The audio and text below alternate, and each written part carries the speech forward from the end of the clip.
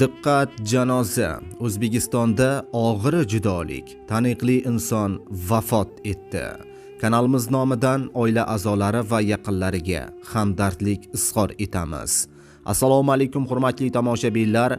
Siz ham o'z ta'ziyangizni izhor etmoqchi bo'lsangiz, videorolikka like bosib, kanalimizga obuna bo'lishni unutmang. Diqqat qiling. O'zbekiston madaniyati va san'ati og'ir judolikka uchradi.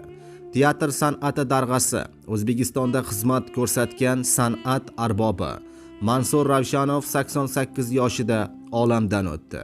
Bu haqida Madaniyat vazirligi xabar berdi. Mansur Ravshanov 1937-yilda Qarshi shahrida tug'ilgan. Toshkent teatr va rassomlik san'at universitetini tamomlagan. Surxondaryo viloyati musiqali drama teatrida avval aktyor, keyinchalik esa bosh rejissyor bo'lib ishlagan edi. Oila a'zolari va yaqinlariga hamdardlik izhor etamiz.